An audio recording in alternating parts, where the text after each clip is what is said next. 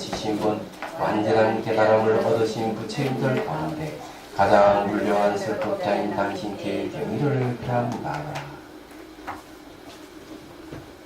자, 169페이지요.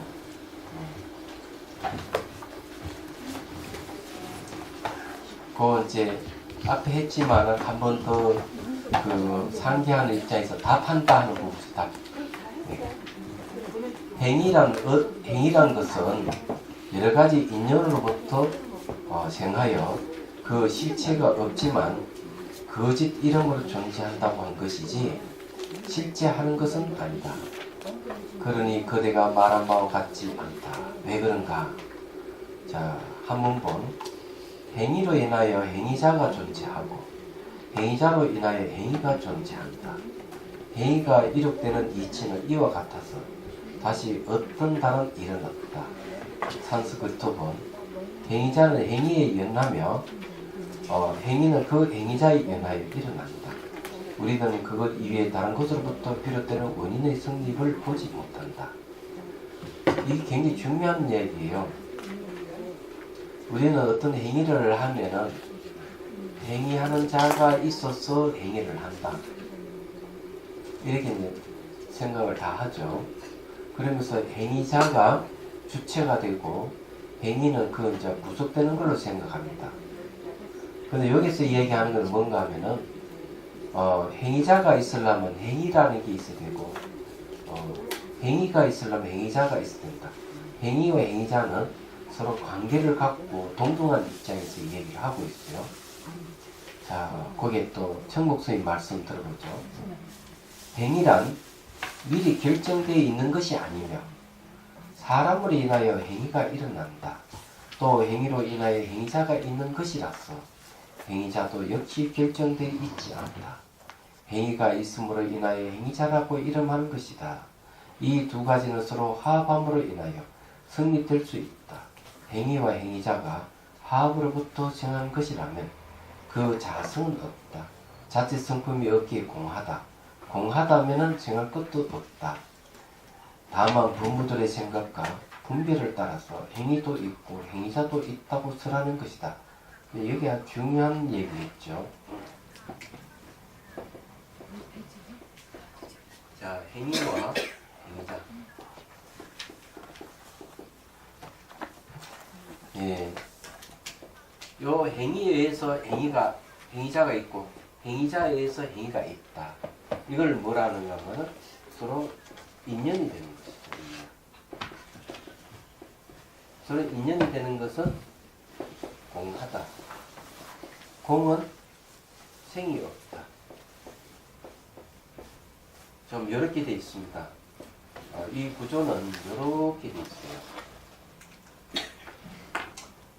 예, 만일 이걸 제대로 이해하면은 화낼 사람은 아무도 없어요. 그렇잖아요? 왜냐, 행위가 따로 있거나 행위자가 따로 존재한다면 이런 사람들은 뭐가 있다, 행위도 있고 행위자도 있다 하는 걸 전제로 하기 때문에 화내는 것이 있을 겁니다. 그런데 화내는 행위자는 화락하는 행위하고 분리되어 있지 않고 화락하는 행위는 화내는 자하고 분리되어 있지 않아요. 서로 인연관계가 있는 거야. 서로 인연관계가 되니까 공한 거고 생이 없는 거야. 그렇죠? 행위락 하는 것도 무생이에요. 행위자도 무생이에요. 생기는 게 없어요. 여기에. 그럼 이런 화를 탁 내는 순간 화내는 자도 없고 화를 받는 자도 없어요.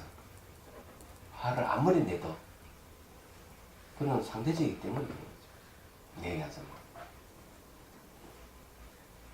여기에 이제 알아야 되는 행위가 업이라는 거죠. 혹시 이런 말 들어본 적 있습니까? 업장이란 말. 한번 이거 한번 얘기 좀 해야 돼요. 기도를 하면 업장이 소멸된다고 하죠. 정말 맞습니까? 기도 100날 해봐도 업장 소멸 안 돼요. 그러니까 기도하면 업장 소멸 된다고 얘기하면 그건 말짝 거짓말이에요. 근데 기도하면 업장 소멸된다고 이야기하는 신도나 스님들은 기도하면 진짜 업장이 되는 걸로 착각하는 사람들이 있다. 이렇게 생각이 돼요. 업장이 소멸 안 되는데도 된다고 착각하고 있지 않는가 생각을 해봐야 돼요. 업이라고 하는 건 조작하는 건데 행위를 얘기하잖아요. 그러면은 기도하면 뭐가 좋을까? 업장 소멸 절대로 안 됩니다. 그건 좋은 점이 있어요. 네? 집중? 기도를 하게 되면 복덕이 쌓여요. 좋은 일이 이제 생기는 복이 쌓여요. 그렇지만 업장 소멸 안 됩니다. 다만 복을 많이 쌓아두면은 업의 힘이 약해지기는 하겠죠. 없어지지는 않아요. 그래서 업장 소멸이라는 말은 거짓말이에요. 그럼 업은 어떻게 해서 소멸될까? 업의 장애는 어떻게 소멸될까? 지혜가 있어야만 소멸돼요. 지혜. 그럼 지혜라 하는 거 어떤 걸 얘기하는가 하면은 바로 이걸 얘기하는 거 보십시오. 행위가 있으므로 행위자가 있고 행위자가 있기 때문에 행위가 있는 것이다. 이렇게 서로 인연관계를 잘 파악하는 걸 지혜라고 합니다. 그 결과가 뭡니까? 비어있다. 실체가 없기 때문에 생할 것이 없다. 이렇게 이해하는 거예요. 이렇게 이해하면은 지혜가 생긴 거고, 그거 뭐가 없어졌습니까? 업장이 소멸되는 거죠. 왜? 행위가 업인데, 업이라 하는 단독으로 존재하는 게 아니라 하는 게 밝혀졌잖아요. 그죠? 그러면은, 지혜는 어떻게 생기느냐? 지혜는 법문을 들어야 돼요. 이런 법문을. 그럼 문해라 그래요. 그 다음에 공에 대한 사유를 하죠. 공의 이치를 사유하면 사해라 그래요. 생각으로 얻어지는 지혜입니다. 그래서 문해와 사해가 생기면은 실제 수행에서 확인해서 얻는 지혜를 수해라 그럽니다. 그러니까 문사수 삼해를 얘기하는 거예요. 그런데 내가 들어서 얻는 지혜든 사유에서 얻는 지혜든 이런 지혜들은 되게 분석적인 게 관련된 거예요. 그래서 제가 말씀드리면 기도를 하면서 분석을 합니까? 기도는 분석하는 게 아니잖아요. 그래서 기도할 때는 지혜가 안 생깁니다. 지혜가 안 생기니까 업장이 소멸이 안 되는 거예요. 그렇지만 기도를 하게 되면 복을 쌓는 거니까 복덕은 쌓이고 업장은 없어지지 않는다 하는 겁니다. 거기에 뭐 기도하는데 무슨 분석이 들어갑니까? 안 들어가잖아요. 사리 분별을 잘 하는 걸 지혜라 그럽니다. 사리 분별을. 그때도 얘기는 한 번 더 말씀드릴게요. 사리 분별을 잘 하는 사람은 지혜가 있다. 이렇게 얘기합니다. 말을 하는 것도 톡 부러지게 하고.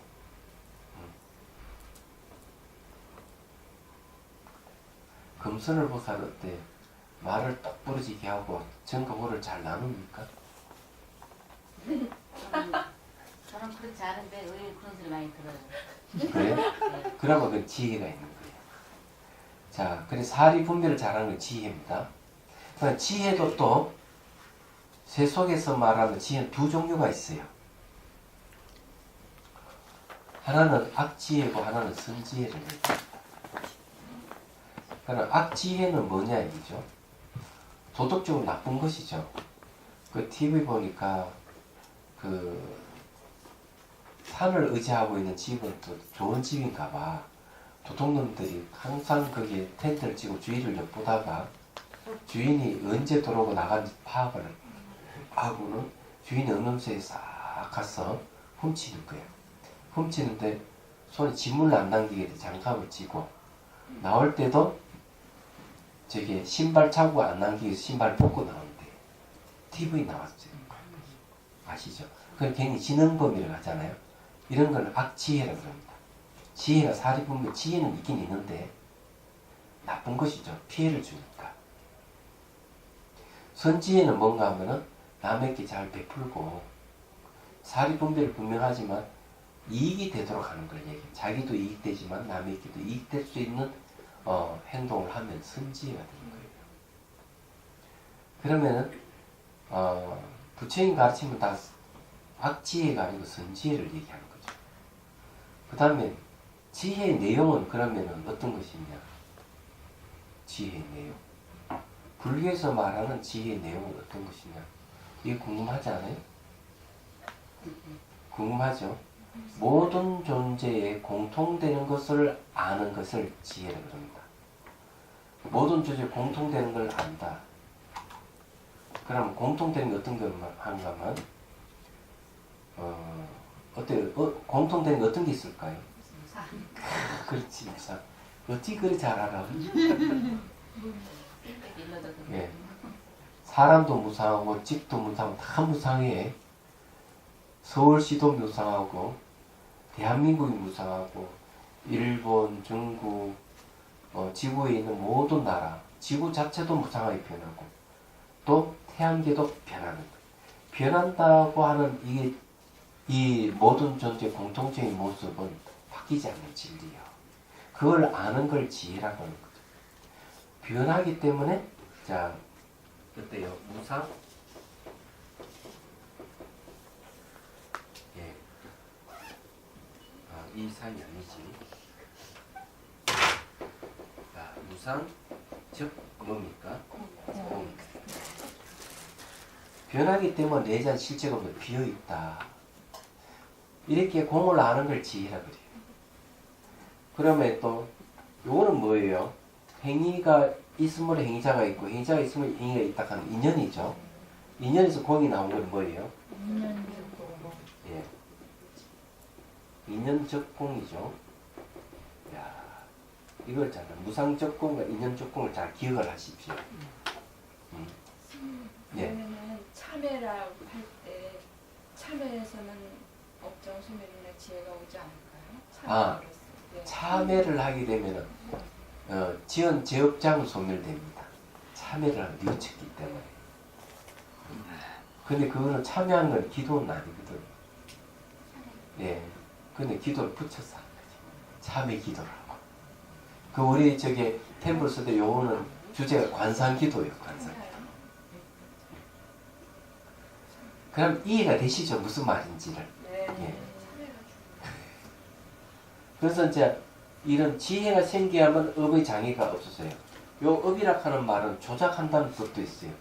이가 저것을 덧붙이고, 그런 감정의 생각을 덧붙이고, 결부시키고, 의미 부여하는 거. 이게 업이에요. 그건 의도가 들어가 있어요. 그렇지만 우리가 공성인 줄 알면은 덧붙이는 걸 멈추게 됩니다. 결부시키는 걸 멈추고, 의미 부여하는 것도 멈추게 돼 있어요. 그래서 지혜락하는 것이 바로 이 업을 해체시키는 거예요. 그래 업의 장애가 없어지는 거예요. 기도를 해서 업이 소멸된다, 업장이 소멸된다는 건 새빨간 거짓말이에요. 막 연결시켜서 막 하지만은 기도하고 참선하고 다른 거예요. 근데 사람들은 그 오해를 해가지고 내가 오늘 하도 기도를 열심히 하고 왔다 이런 사람이 있어요. 아니 하도 기도가 뭐냐고. 참선 기도라는 말도 쓰는데 수행을 기도라고 또 얘기해요. 그건 엉터리예요. 기도는 나보다 힘센 자에게 갈구하는 걸 기도를 해. 삭삭삭 빌면서 복 달라고 하는 게 기도야. 빌도자 빌기자라는 기도. 빈다는 뜻이지 사유한다는 거 아니잖아요. 얘기하잖아. 그러니까 기도를 수행이라 하면 안 된다고 얘기하. 그래 그 착각을 하면 안 되는 거죠.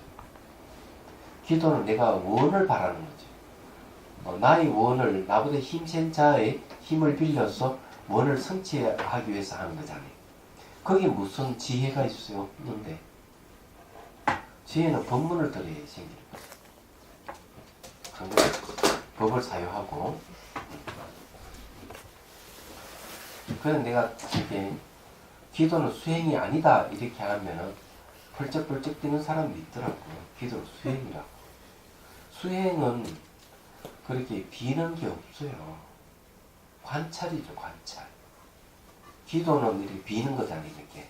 예? 관찰을 이렇게 다 이렇게 어떻게 바뀌거나 하고 이렇게 열심히 관찰을 하는 거잖아요. 행태가 다른데 어떻게 기도하고 수행을 같을 수가 있어?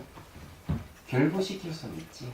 예, 결부시킬 수. 결부시킬 아까 참회 기도하듯이 관상 기도하듯이 결부는 시킬 수 있는 기도는 수행이 아닙니다. 기도하면서 끝나고 참선하고 이렇게 쭉 같이 하는 것도 좋은 거 예, 같아요. 그거는 이제 참선하는 건 참선하는 거고 기도하는 건 기도하는 거지. 그러면은 자 기도하고 참선한다고 하면 어떤 게 주가 기도가 줍니까? 참선이 줍니까? 기도도 필요할 것 같아서 일단은 하면서 끝나고 명상을 하고 만일에 내가 참선하는 게 주가 되고 기도하는 게 주가 아니다. 그럼 내가 그래도 기도하고 참선했다 이러면 기도의 내용은 바뀌어야 됩니다. 우리 아들, 딸 잘 되게 해주십시오. 이런 기도하면 안 되는 거예요. 참선하기 때문에 불보살이께 이렇게 기도해야지. 제가 참선을 해서 화두를 타파하려고 합니다. 그래서 많은 사람들이 이렇게 내가 이익을 주려고 합니다. 네. 이렇게 기도를 저에게 마장이 생기지 않도록 보호를 해주십시오. 그렇게 하면 맞는 얘기. 그래서 저는 이제 현지식과 이렇게 도반돼서 공부 열심히 할 수 있고 이렇게 하면서 하거든요. 네. 그러니까 내가 이 수행하는 데에는 깨달음 얻기 위해서 수행하잖아요. 그래서 제가 깨달음 얻기 위해서 하는 걸 많은 중생들을 위해서 지금 깨달음 얻기 위해서 수행을 하고 있습니다. 이렇게 기도하면은 그거는 내 수행을 하는 데 있어서 기도야. 그건 이제 수행을 도와주는 기도가 되지 기도가 수행이 아니다. 그러니까 기본 개인적인 기복 같은 그런 발언은 없어야 된다는 말씀이신가요? 아니 성격이 다른 거지. 성격이. 그 중심이 기도가 중심이면 참선이 중심이 아니라 그러면 이렇게 해야 되는 거야. 기도하고 참선하는 게 아니에요. 참선은 먼저 하는 거예요. 그러니까 번뇌 망상을 알아치고 그런 마음으로 이제 순수한 마음 상태에 기도를 해야 되는 거예요. 그건 깨달음 목적이 아니라고. 참선은 깨달음이 목적이지만 그 성격이 다른 거예요. 그건 기도가 수행이 아니라고. 다만 기도가 수행하는 데 있어서 도움을 줄 수가 있다.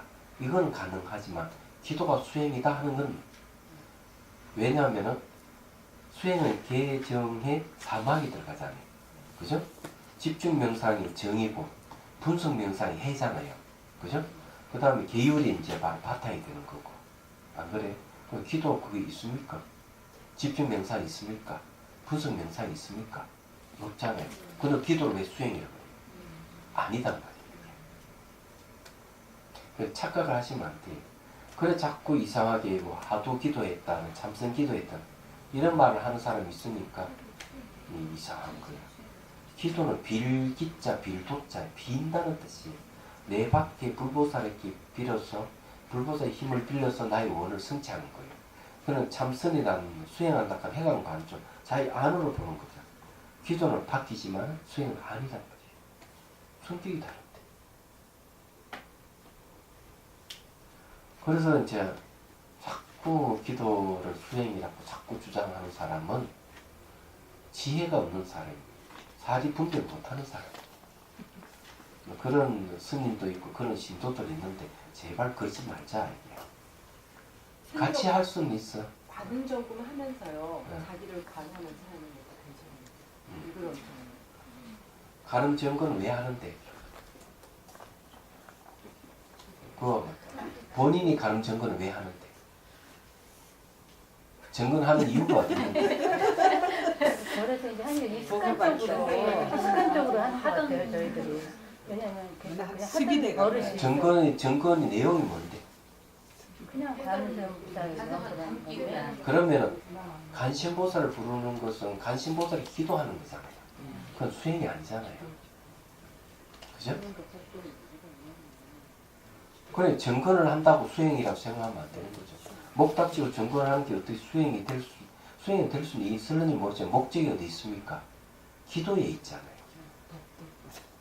목적이 기도에 있기 때문에 수행이 중심이 아니잖아요. 기도가 주가 되고 수행은 부가 되잖아요. 근데 내가 기도하고 참선하는 거는 참선이 주가 되고 기도가 부가 되잖아요. 이래 결부는 가능한데, 예? 기도는 수행이 아니고 수행은 기도가 아닙니다. 서로 도움을 주고받고 하는 관계는 별론지 모르지만 기도는 수행이야, 수행은 기도는 아닙니다. 그 복덕을 쌓고 공덕을 쌓으라 그러는데 복덕은 알겠는데 공덕은 공덕은 정신적인 겁니다. 정신적인 네. 거잖아. 복덕은 그냥 물질적인 거라면은, 공덕이라고 하는 거는 뭐를 얘기하는가 하면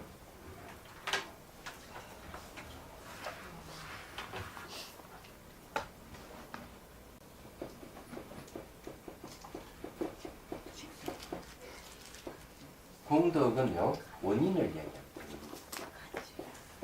그 어떤 원인이냐? 수승한 결과를 가져오는 원인이 있습니다. 그럼 수승한 결과가 뭐냐면 깨달음 또는 해탈, 이걸 얘기하거든요. 그러면 내가 해탈이라고 하는 대자유를 얻으려고 얻으려면 어떤 원인이 있어야 되는 얘기야. 그래서 공덕은 수승한 결과를 가져올 수 있는 원인이라는 뜻이에요. 그럼 보통 결과를, 이 깨달음이라는 결과를 가져오려면 기본적으로 그 두 개가 있죠. 지혜와 자비를 얘기하는 거예요. 그럼 내가 여러분들이 지금 본문을 들으면 문해가 생기잖아요. 그건 공덕이에요. 그럼 지금 현재 여러분은 공덕을 쌓고 있는 거예요. 내가 그 공성에 대한 사유를 하면은 여기 공덕이 생기는 거. 그럼 공덕을 쌓는 거예요. 얘기하자면. 근데 양론에 가가지고 뭐 어르신들 어깨도 주무르주고 같이 놀아주고 이런 거는 공덕이라 안 그래요. 복덕이라 그래요. 복을 쌓는 거예요. 불보살이 기도하는 것도 복덕이에요. 공덕을 얘기하니 복덕을 쌓는다 그래요. 얘기하자면. 그러면 공덕을 쌓는다 이렇게 하면은 바로 정신적인 걸 얘기하는 거죠. 근데 복덕도 수승한 결과를 가져올 수 있는 원인이 될 수 있습니다. 건강경에 의하면은 복덕과 공덕을 같이 보거든요. 그러면은 그렇게 해야 돼요. 내가 저기 고아원에 가가지고 아이들을 잘 건사한다. 건사하는 목적은 어디 있느냐? 부처되기 위해서. 그러면 그거는 복덕은 복덕이지만 공덕과 같은 원인이 되는 거죠. 그래서 왜 그래서 이게 두 가지를 얘기를 합니다. 자량이라고 하는 게 그 자량.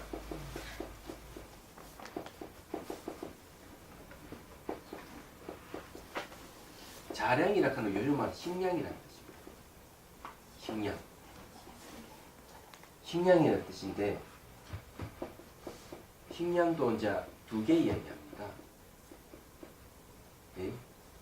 지혜라는 식량과 네. 복이라는 식량이 있는 거죠. 복덕이라는 식량을 쌓아야 돼요. 이 두 가지 식량을 쌓아야 됩니다. 이 두 가지 식량을 쌓는 데 있어서 왜 두 가지냐 하니까 지혜의 식량은 법신을 얻기 위해서 합니다. 공성에 대한 지혜. 내가 복덕을 사는 복덕은 뭐냐? 뭐 때문에 복덕을 사느냐? 색신을 얻기 위해서 한다. 색신. 색신은 두 가지가 있죠. 하나는 보신이 있고 하나는 화신이 있어요. 그래서 이게 복덕이라고 하면 이때 중요한 거예요. 그러면 내가 지혜에서 법신을 얻어요. 그런데도 계속 복덕을 쌓아. 복덕 쌓는 게 뭔가 남에게 베푸는 거죠. 자, 베풀고 직접 뛰어가면서 봉사를 하고 그러는 거예요. 근데 그게 식량이 쌓이면 어떻게 되는가 하면 내가 지혜를 법신을 얻고 난 뒤에 색신을 갖춰. 근데 부처가 되면은 내가 옛날에 몸을 던져가며 베풀던 그 복덕의 힘이 몰라 나오는가 하면 중생을 구제할 수 있는 색신으로 나타난다. 육체적 몸을 갖고. 그래서 이 세상에 육체적 몸을 갖고 중생 구제하는 모습을 나타내는 서가모니 부처님을 얘기하는데 왜 그렇게 나타났느냐? 복덕을 전생에 많이 쌓은 거예요. 연습한 거지. 중생구제 연습을 미리 한 거예요. 미리 했기 때문에 그 잠재적 성향이 돼가지고 부처가 되면서 색신으로 탁 나타나는 거예요. 오케이? 그래서 복덕을 쌓아야 돼요. 이유가 거기 있는 거예요. 그래서 이제 이 복덕이나 지혜는 뭔가 하면은 원인이라는 뜻이 있거든요. 원인. 공덕은 대체적으로 정신적인 걸 얘기한다. 선정이라든지 지혜라든지 이런 것 전부 다 공덕에 속하는 거죠. 말하자면은 내가 잘 참는 것도 공덕이, 계를 잘 지키는 것도 공덕이. 그런 거는 이제 바로 수승한 결과를 가지고 올 수 있는 이 법신을 얻는데 아주 역할을 하는 거죠. 선생님은 지혜는 딱히 복덕을 안 쌓은 경우가 없어요. 예? 지혜는 많은데 복덕이 없는 거. 가난한 성공. 네, 그건 어떤 일이 벌어지는가 하면 이라도 있어요. 어느 스님이 산수에서 열심히 수행에 깨달음을 얻었어. 세상에 내려가 법석을 폈는데 아무도 법문 들어오는 사람이 없어요. 복덕 지은 게 없기 때문에. 그러니까 이 스님이 뭘 하면 날마다 쌀알을 땅에 뿌리는 거예요. 쌀알을 뿌리니까 참새들어가 쫓습니다. 그게 뭐 복을 짓는 거잖아요. 그죠? 20년 후쯤 되니까 사람들이 법문 들어오기 시작하는 거예요. 뭐 이해가 되시죠? 네. 그 복을 쌓아야 돼요. 그럼 제가 지금 여러분들이 하고 있는 거는 복덕입니까? 뭡니까? 두 가지 다. 예? 두 가지 다. 그럼 제가 이걸 여러분들께 법보시를 하고 있는 거죠. 법보시. 법보시는 복덕행위입니다. 얘기하자면. 그래 부처님 복과 지혜를 다 갖췄다 하잖아요. 저는 이 법을 여러분들 설해 줌으로써 복덕을 쌓고 있는 거죠. 그러면서 또 한편으로는 제가 여러분의 법문한 것을 제 귀로 듣기 때문에 지혜를 더 쌓는 거예요. 여러분들도 가능한 거예요. 여러분들도 들었던 거 있으면 가족에게 이야기, 친구한테 막 얘기하면은 복덕과 지혜를 다 쌓는 거 되는 거예요. 네, 이해가 되죠? 네. 쉬워. 그러니까 이게 물질적인 남의 이웃에 이렇게 베풀기를 좀 꺼려하고 싫으면은 법문을 해주면 돼. 법문.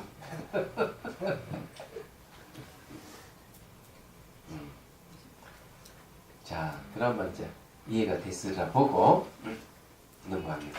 자, 제1위 제에서 보면 170회 넘어갑니다. 행위도 없고 행위자도 없다. 다시 설명해보자. 자, 여기 앞에 얘기했잖아요. 여기 행위도 없고 행위자도 없다 하는 말이 한참 앞에서 사진이 있어. 행위와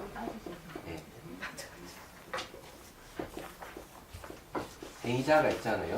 이 둘의 관계는 인연관계다. 인연관계라는 건 행위가 없으면 행위자가 없고 행위자가 없으면 행위가 없다. 그죠? 그러면 인연관계는 공이다. 공이니까 생이 없다. 행위라 하는 생이 없고 행위자라 하는 생할 것이 없는 거예요. 왜? 둘과 인연관계이기 때문에. 이걸 제1이제는. 그래서 행위도 없고 행위자도 없다. 공하니까. 행위도 없고 행위자가 없다. 왜? 없나? 행위가 있으려면 행위자가 있어야 되고 행위자가 있으려면 행위가 있어야 되기 때문에 단독적인 행위가 없고 단독적인 행위자가 없는 거예요. 그래서 행위도 없고 행위자도 없다 이런 말이에요. 단독적인 건 없다 이 말이에요. 자, 행위와 행위자를 논파하듯이 취하고 취하는 자도 마찬가지다. 또 일체의 존재도 역시 응답 이와 같이 논파해야 하리라. 산석을 틈은 취할 이와 이 마찬가지로 임을 알아야 마찬가지임을 알아라. 취함도 이와 마찬가지임을 알아라. 행위나 행위자가 타파되기 때문이다.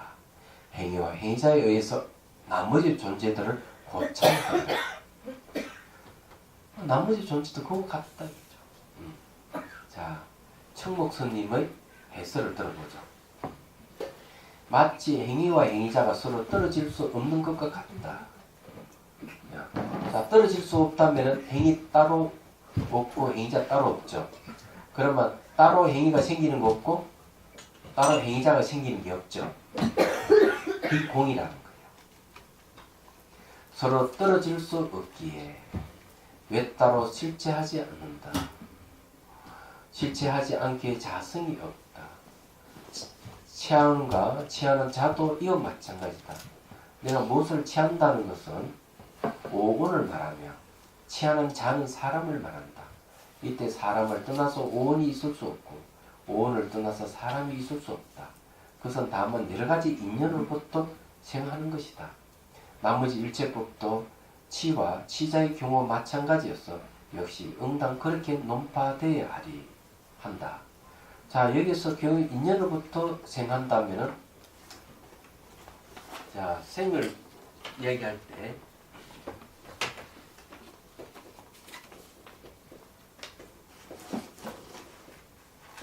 인연생을 얘기하죠. 이 인연 소생이야. 인연생. 그럼 공은 어때요? 공은 무생을 얘기하죠. 그렇죠? 그럼 희한하죠? 인연과 공은 같습니까? 다릅니까? 같습니다. 인연이 다르면 공이, 공이 다르면 인연이. 근데 왜 결과가 다를까? 공은 무생이고 인연은 생입니까? 예? 이거 이치를 잘 알아야 돼요. 인연은 서로 관계를 갖기 때문에 생기는, 그건 마치 남녀가 만나서 결혼하니까 애가 생기는 거예요. 그걸 인연생이라고 그래요. 그런데 무생은 왜 무생이냐? 남편 따로 존재하지 않고 아내 따로 존재하지 없는 거예요. 그래서 남편 무생이고 아내 무생이에요. 그걸 공이라고 그래요. 다른 말로 하면 부부는 인연이지 남편 따로 아내 따로가 아니고 그런 뜻이에요. 이게 그때는 무생이라고 하는 거예요. 쉽다. 근데 우리는 이런 이치를 모르니까 애도 찌찌볶고 싸우고 잘났니 못났니 뭐 하루 얻고 난리치고 그런. 보통 넣지 않는 게 그 이전에 뭐가 있냐, 갈망하는 마음이 있는 거죠. 예, 갈망하는 마음 때문에 붙들고 있는 걸 못 넣는 거예요. 근데 이 붙잡음이라고 하는 게 어떤 걸 얘기하는가 하면, 아프리카에는 원숭이를 잡을 때 사냥꾼이 어떻게 하면 상자 속에 바나나를 넣어놔요. 그래가지고 상자 속에 손을 탁 집는 바나나를 딱 쥐는 순간 손이 빠져나오지 않는 거예요. 손이 크기 때문에. 그러면은 이 원숭이가 자기가 이 위험을 감지하고 도망가려면 어떻게 해요? 바늘을 탁 놔버리고 빼야 도망가야 되는데 이 사냥꾼이 곁에 오는데도 손을 못 넣는 거예요. 이게 결국 잡히는 거예요. 그래가지고 팔려가는 거죠. 그래요. 우리 인생도 이 붙잡음이라는 이 정신, 이 심리라고 하는 게 그거 같지 않을까? 붙들고 못 넣는가? 얘기하자면 그죠. 그건 저게 부부관계 나이가 들면 점점 소원해지거든. 근데 부모가 자식을 붙드는 거는 역시 또 마찬가지야. 못 놓는 거야. 팍 붙들고. 이 놓지를 못하는 거야. 이건 뭐 굉장한 거예요. 그래서 이 붙잡는 거는 갈망 때문이고, 갈망은 어디서 무지 문명에서 일어난다는 거죠. 내 밖에 따로 있다 생각하고 고정되어 있다 생각하고, 그걸 타파하는 게 뭡니까? 무상으로 타파하고 인연으로 타파하고 공성 공으로 타파하는. 그러면 그게 놓아지게 돼 있어요. 얘가 그게 자유예요. 우리 공부하는 게 바로 공성에 대한 이유가 바로 거기입니다. 너무 이치는 간단한 거예요. 근데 우리는 지금 현재 이 지혜를 얻는 공부를 하고 있다. 이걸 여러분들 이해를 하셔야 돼요. 이 대단한 거예요. 이게. 자, 그 다음 171페이지 넘어갑니다. 조금만 더 공부하고요. 근본 주체에 대한 관찰입니다. 본주품 나옵니다. 관본주품. 선행자의 고찰이라고 이름하는 제9장 12개 개성이 있습니다. 묻는다. 다음과 같은 주장을 하는 사람들이 있다. 한 번만 눈, 귀 따위 모든 감각기관과 고락 따위 모든 존재는 누군가에게 소속되어 있는 바 그것을 바로 본주라고 부른다. 근본 주체가 있다. 자, 산스크리트 본 물어보는 작용, 듣는 작용 등 감수작용들에 속하여 존재하는 것. 그것은 선행하여 존재한다고 어떤 사람들은 설한다. 선행에서 존재하는 게 뭐가 있다. 그게 항상 소속되어 있다. 이런 게 본주, 본래 머물고 있는 본주라고 그래요.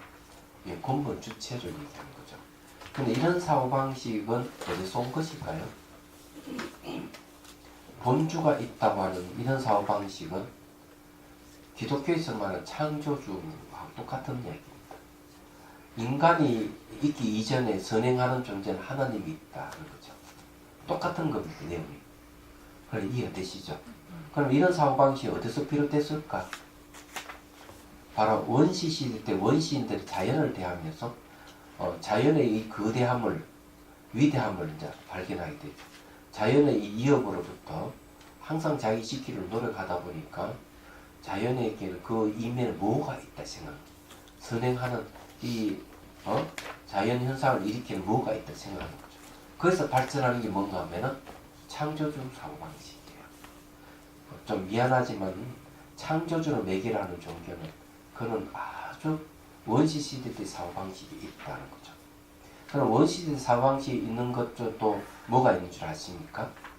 왕정정치가 바로 그런 겁니다. 왕이 모든 걸 지배하는 구조. 왕이 모든 걸 지배하는 구조는 마치 신이 모든 걸 지배하는 구조랑 똑같은 거예요.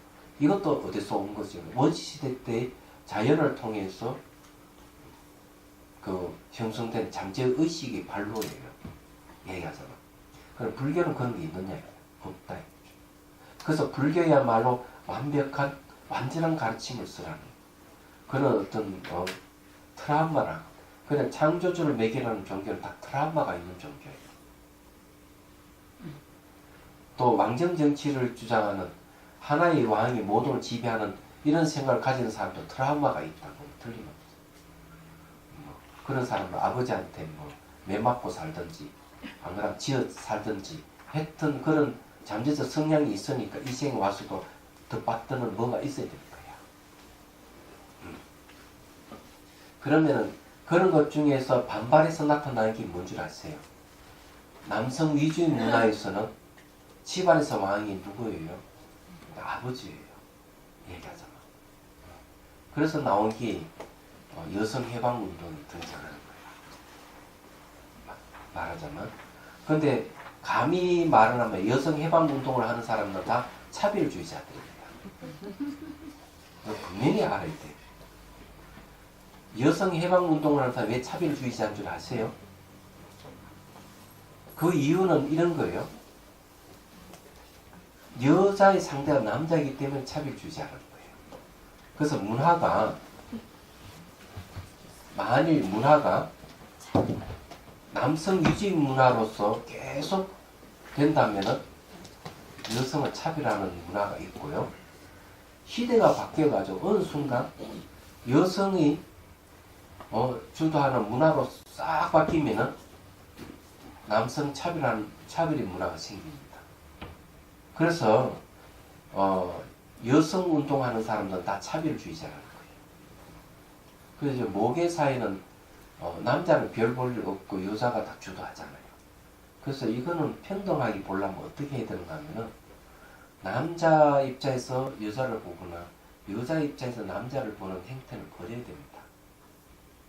그럼 어떻게 봐야 되느냐? 남자든 여자든 같은 사람이라고 보는 거예요. 그 다음에 사람에게 또 차별하는 거 동물하고도 차별을 해요.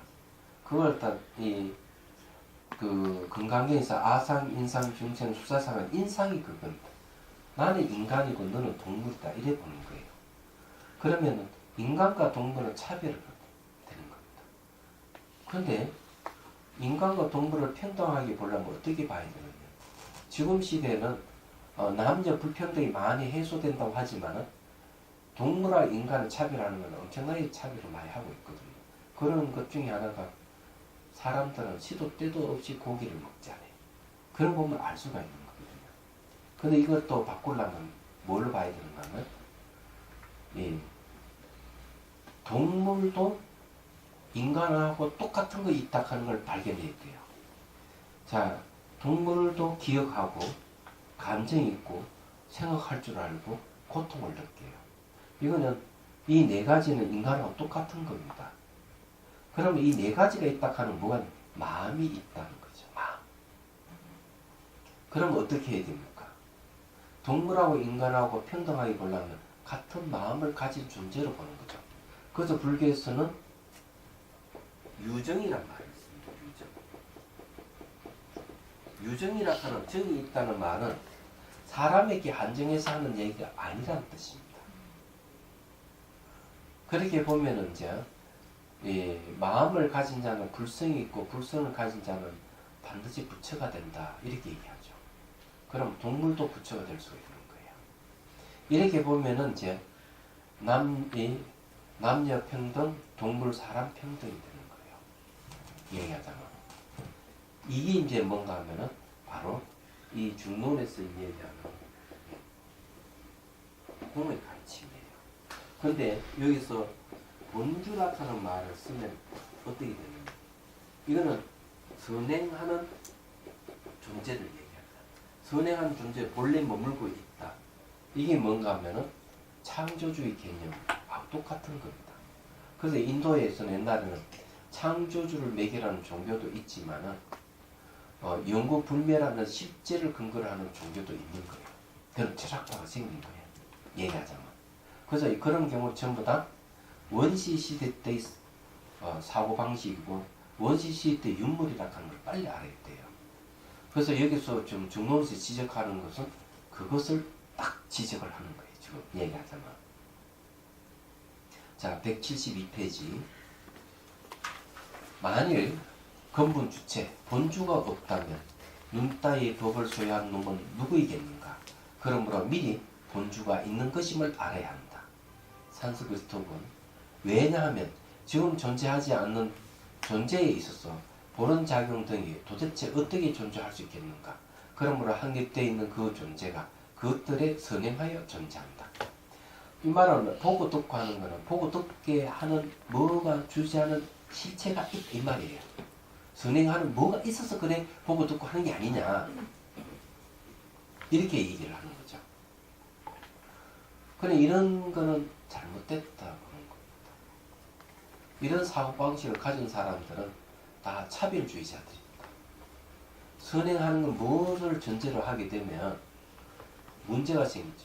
밀양이나 영화에 보면 바로 그런 걸 보게 되는 거죠. 전도연이 자기 아들을 죽인 납치해 죽인 남자를 내가 용서해야 되겠다고 교도소를 가잖아요. 교도소 가서 얘기했어요. 내가 온 거는 당신 내 아들을 죽였지만 내가 당신을 용서해 주기 위해서 왔다. 이러니까 이 사람은 뭐라고 얘기한 거야? 당신 무슨 소리를 하느냐? 나는 하나님께 다 용서를 다 빌었다. 내 당신한테 용서를 구할 게 뭐가 있는 거야? 이래버린 거죠. 근데 그 어머니 보면 기절초풍하는 거예요.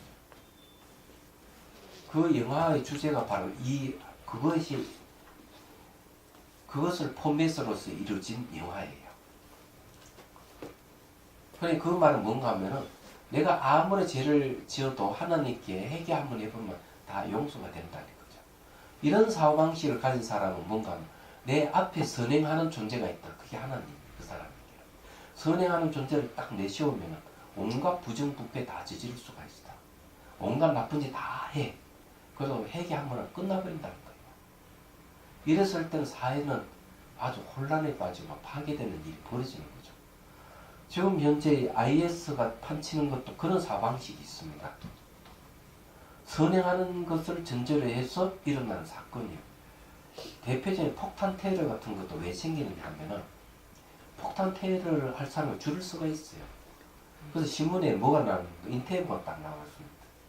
당신 왜 폭탄 테러를 하는데?